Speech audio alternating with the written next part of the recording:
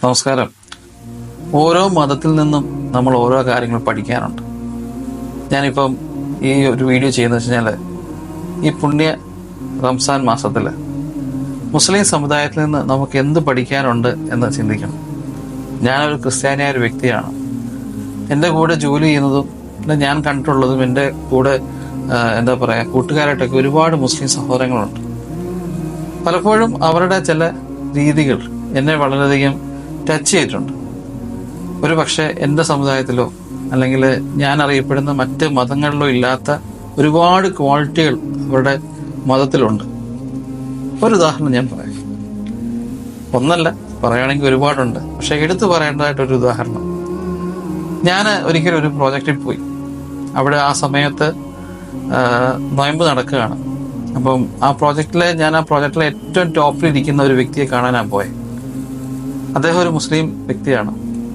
അപ്പോൾ ഞങ്ങൾ സംസാരിച്ചുകൊണ്ടിരിക്കുന്ന സമയത്ത് ആ റൂമിലേക്ക് വേസ്റ്റ് എടുക്കാനും അല്ലെങ്കിൽ ആ റൂം ക്ലീൻ ചെയ്യാനായിട്ടും ഒരു റൂം ടീ ബോയ് വന്നിട്ടുണ്ട്. അപ്പോൾ അയാളിങ്ങനെ വന്ന് റൂമൊക്കെ ക്ലീൻ ചെയ്യുന്നുണ്ട്. ഞാൻ ഈ ടീ ബോയ് കാണുന്നുണ്ട്. അത് കഴിഞ്ഞ് ഈ എഞ്ചിനീയറിൻ്റെ ഒരു അസിസ്റ്റന്റ് എഞ്ചിനീയർ വന്നിട്ടുണ്ട്.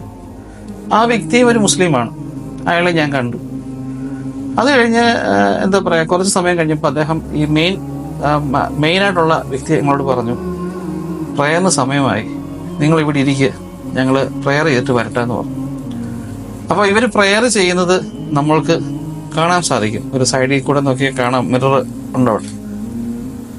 എന്നെ അത്ഭുതപ്പെടുത്തിയൊരു സംഭവം വെച്ച് കഴിഞ്ഞാൽ എല്ലാവരും പോയി കാലും മുഖമൊക്കെ കഴുകി വന്ന് പ്രാർത്ഥിക്കാൻ നിൽക്കുകയാണ്, ലൈനായിട്ട് നിൽക്കുകയാണ്. പ്രത്യേകിച്ച് ഈ മുസ്ലിംസിന്റെ പ്രാർത്ഥന കാണാൻ ഭയങ്കര ഭംഗിയാണ്. ഈ അവര് അവർ പ്രാർത്ഥിക്കുന്നത് കാണാനും അവർ നിസ്കരിക്കുന്നത് കാണാൻ ഒരു ഭംഗിയാണ്. 100 പേര് നിസ്കരിക്കുന്നുണ്ടാലും നമുക്ക് ആ വീഡിയോസ് ഒക്കെ കണ്ടിട്ടുണ്ടല്ലോ, നല്ല ഭംഗിയാണ്. ഞാൻ ചിലപ്പോൾ നോക്കി നിന്നിട്ടുണ്ട്. കൃത്യമായ ടൈമിലുള്ള കുമ്പിടിയിലും എല്ലാം. കുമ്പിടിയിൽ നിന്നാണെന്ന് തോന്നുന്നു എനിക്ക് ഞങ്ങള് ക്രിസ്ത്യൻസ് കുമ്പിടുന്നതുകൊണ്ട് ഞാനങ്ങനെ പറഞ്ഞതേ ഉള്ളൂ. കുമ്പിടിയിൽ നിന്നുണ്ട് വളരെ അച്ചടക്കത്തോടുകൂടി പോകുന്ന ഒരു പ്രാർത്ഥനയാണ്. എന്നെ അതിശയിപ്പിച്ച വിഷയം എന്താണെന്ന് വെച്ച് കഴിഞ്ഞാൽ, ഞങ്ങളുടെ റൂമിൽ ആ ക്ലീൻ ചെയ്ത ആ പയ്യൻ, റൂം വന്ന് ടേബിളൊക്കെ ക്ലീൻ ചെയ്ത പയ്യൻ, അവൻ കൈ കഴുകി, കാലെല്ലാം കഴുകി, മുഖമൊക്കെ കഴുകി, ഏറ്റവും മുന്നിൽ, അതായത് ഈ നിസ്കരിക്കാൻ നിൽക്കുന്ന അതായത് ഓരോരുത്തരും നിൽപ്പുണ്ട്. ഏതാണ്ട് ഫ്രണ്ട് റോയിൽ തന്നെ നമ്മുടെ ഞാൻ കാണാൻ പോയ ഏറ്റവും ടോപ്പ്, ആ പ്രോജക്റ്റിലെ ഏറ്റവും ടോപ്പ് വ്യക്തിയും അയാളുടെ കൂടെ വർക്ക് ചെയ്യുന്ന അസിസ്റ്റന്റ് എഞ്ചിനീയേഴ്സ് ഒക്കെ നിൽപ്പുണ്ട്. അവരുടെയും മുന്നിലായിട്ട് ഈ പയ്യൻ കയറി നിൽക്കുക. ഞാൻ മനസ്സിൽ കരുതി, ഇയാൾ എന്തിനാണ് ഏറ്റവും ഫ്രണ്ടിൽ നിൽക്കേണ്ട ആവശ്യം എന്താണ്? അവനൊരു വെറും ടീ ബോയ് അല്ലേ എന്ന് വെച്ചപ്പോൾ അവനാണ് ബാങ്ക് വിളിക്കുന്നത്, അവനാണ് പ്രാർത്ഥനയ്ക്ക് ലീഡിങ് ചെയ്യുന്നത്. ശരിക്കും പറഞ്ഞാൽ ഞാൻ ഞെട്ടിപ്പോയി ആ സംഭവം കണ്ടപ്പോൾ. അത് നല്ല മനോഹരമായ ശബ്ദത്തിലാണ് ആ പയ്യൻ ബാങ്ക് വിളിക്കുന്നത്. അപ്പം ഇതെല്ലാം കഴിഞ്ഞ് വന്നിട്ട് ഞാൻ റൂമിൽ വന്നപ്പോൾ ഞാൻ അദ്ദേഹത്തോട് സാറേ ചോദിക്കണമെന്ന് തോന്നുന്നത്, എന്തുകൊണ്ട് ആ പയ്യൻ വന്നപ്പോൾ അദ്ദേഹത്തിനോട് പറഞ്ഞു കഴിഞ്ഞാൽ അവിടെ ഉള്ളതിൽ ഏറ്റവും നന്നായിട്ട് ബാങ്ക് വിളിക്കുന്ന വ്യക്തിയാണ് അവൻ.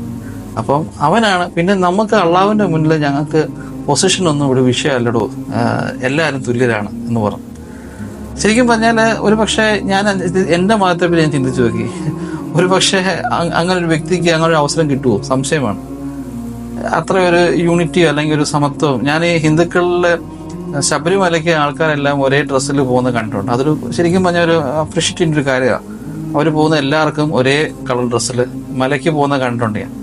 പക്ഷെ മറ്റു മതങ്ങളിൽ വെച്ച് നോക്കുമ്പോൾ അതൊരു ഈ മുസ്ലിം മതങ്ങളിൽ കണ്ട ആ ഒരു ഇമ്പോർട്ടൻറ്റ് കാര്യം, അതായത് അയാൾ ചെയ്യുന്ന ജോലിയോ അയാളുടെ സാമ്പത്തിക ഭദ്രതയോ ഒന്നും അള്ളാഹുവിൻ്റെ മുന്നിൽ വലുതായിട്ടൊന്നുമില്ല. എല്ലാവരും തുല്യരാണ് എന്നുള്ളത് ശരിക്കും പറഞ്ഞാൽ അത് പഠിക്കേണ്ട ഒരു പാഠമാണ്. ഈ പുണ്യ റംസാനിൽ അത് ഞാനിത് വീഡിയോയിൽ പറയണമെന്ന് ആഗ്രഹിച്ചു, പറഞ്ഞു എന്ന് മാത്രമേ ഉള്ളൂ. Thank you.